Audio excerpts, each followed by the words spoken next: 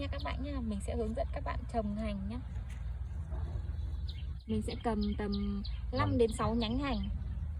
Mình sẽ dí thẳng trực tiếp, tức là sau khi đất mình làm phẳng, làm đẹp đất rồi, ok rồi ấy, thì mình sẽ trồng cây con xuống nhá. Đấy ạ, như thế là đã, đây là gọi là cấy hành nhá các bạn nhé.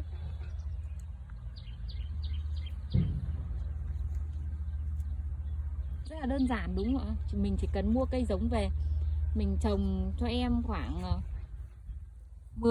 10 khóm là cũng tha hồ ăn rồi các bạn ạ.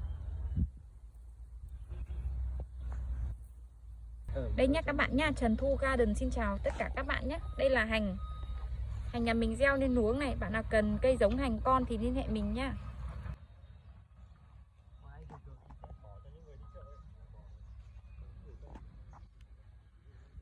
Đây ạ, rất là nhiều hành các bạn ạ.